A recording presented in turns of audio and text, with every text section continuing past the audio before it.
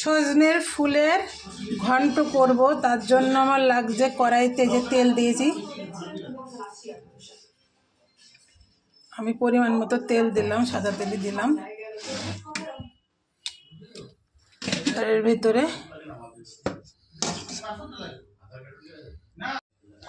আলু,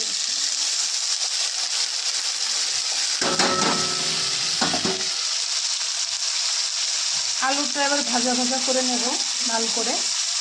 এবার দিয়ে দিলাম তেজপাতা,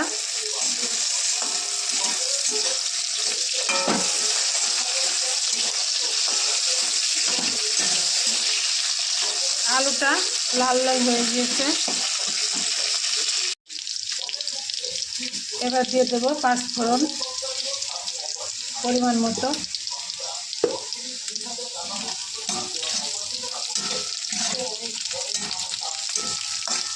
আলুটা পুরো লাল হয়ে গেছে।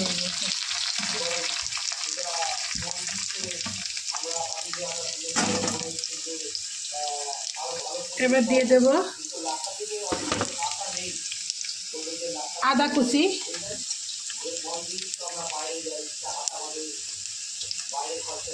লঙ্কা চিরা,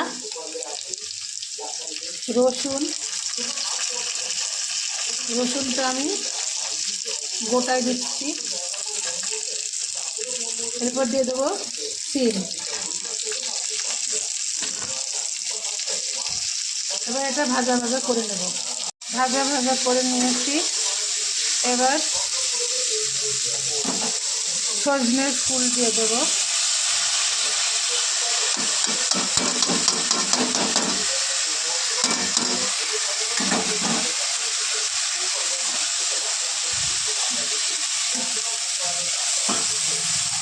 পরিমাণ মতো হলুদ, পরিমাণ মতো নুন,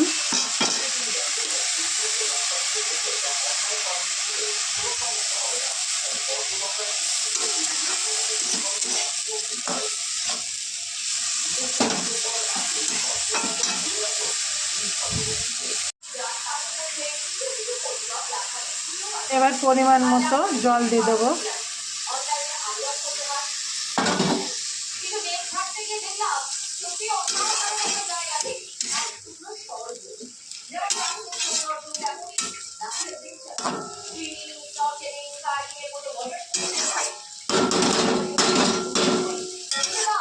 এবার আমি এটা ঢেকে দেবো সিদ্ধের জন্য।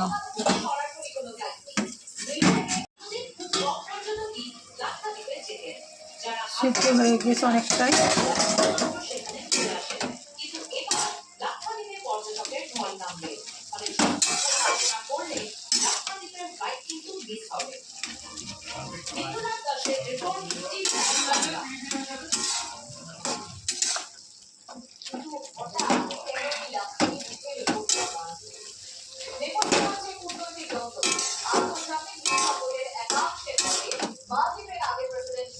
আলু টালু সব সিদ্ধ হয়ে গেছে।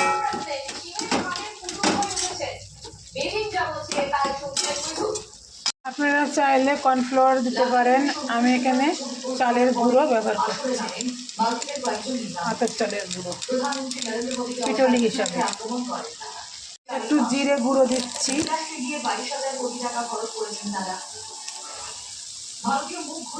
পরিমাণ মতো মিষ্টি দিলাম, চিনি,